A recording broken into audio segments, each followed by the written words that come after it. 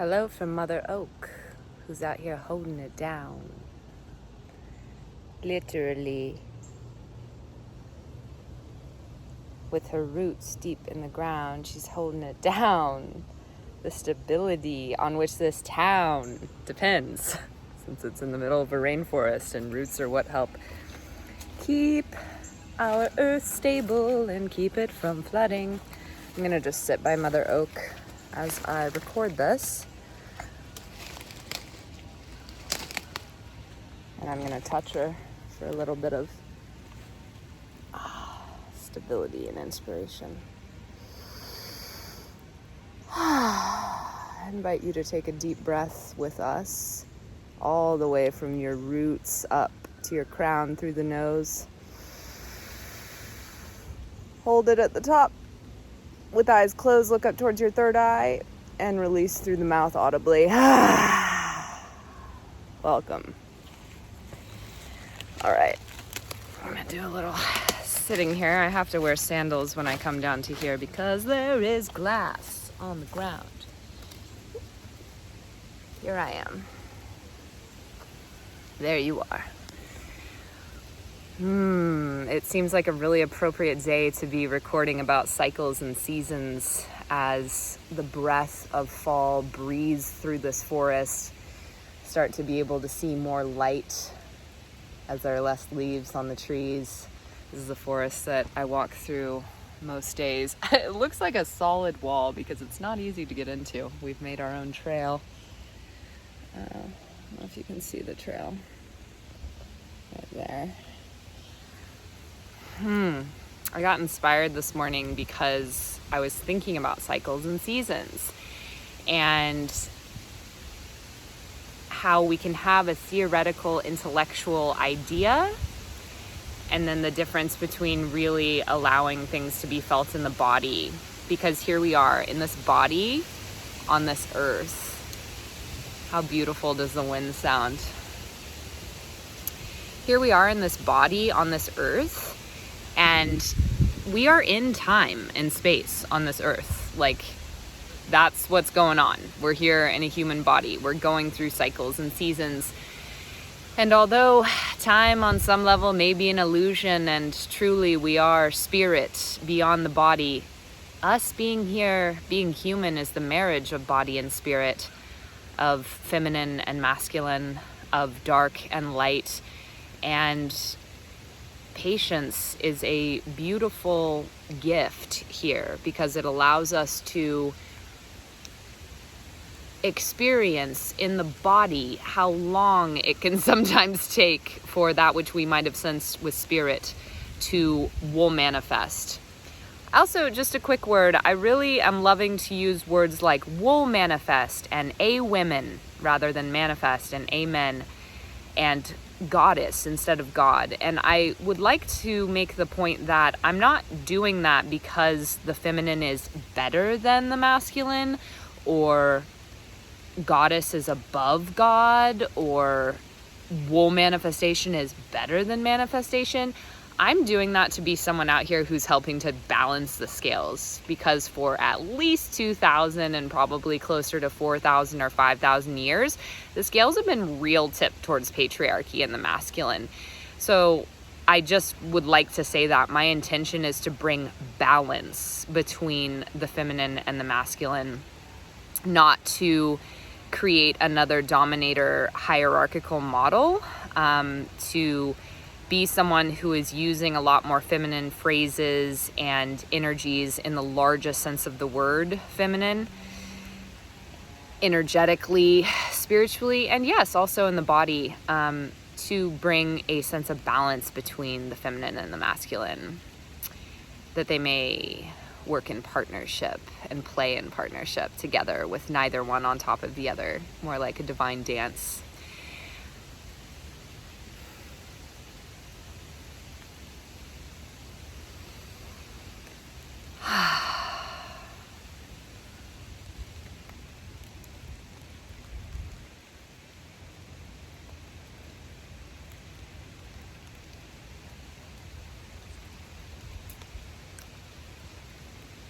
I think about my time on the wild way home And when I was just beginning to learn to use practices of divination that I've become pretty fluent in. There's always so much more deepening and learning to happen. Tarot, the I Ching, recognizing the outer world and all of its signs and symbols and words and resonances and music as reflections and hearkenings to the inner world.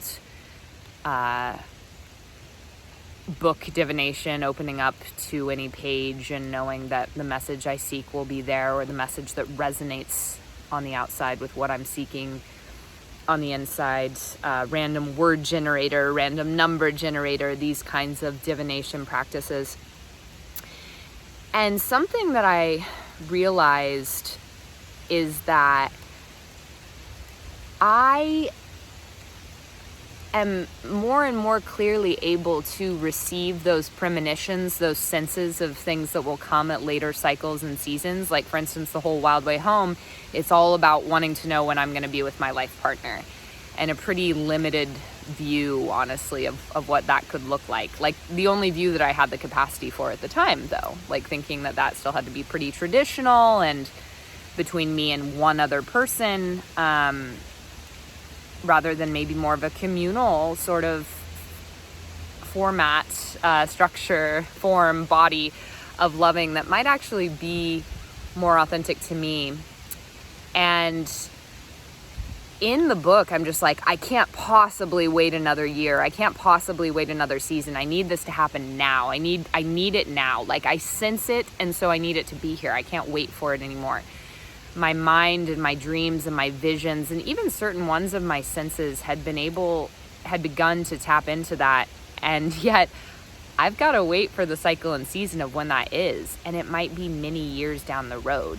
I now have a sense that I think that'll be closer to the end of this decade, that I'm with the person who will be the people who will be the father or fathers of my children. I could also be wrong about that.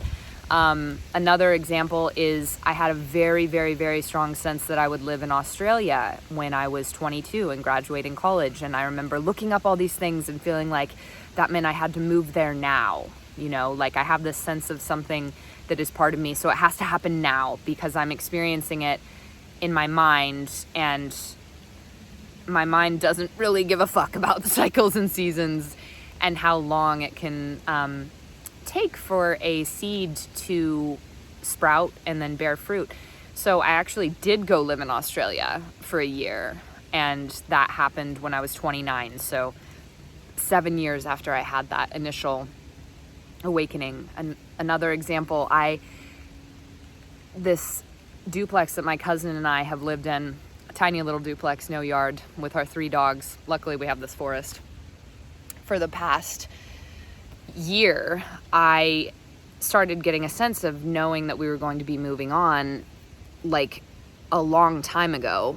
And I used that like to quell my impatience and to try and be in control of the situation rather than being like, oh, that's interesting.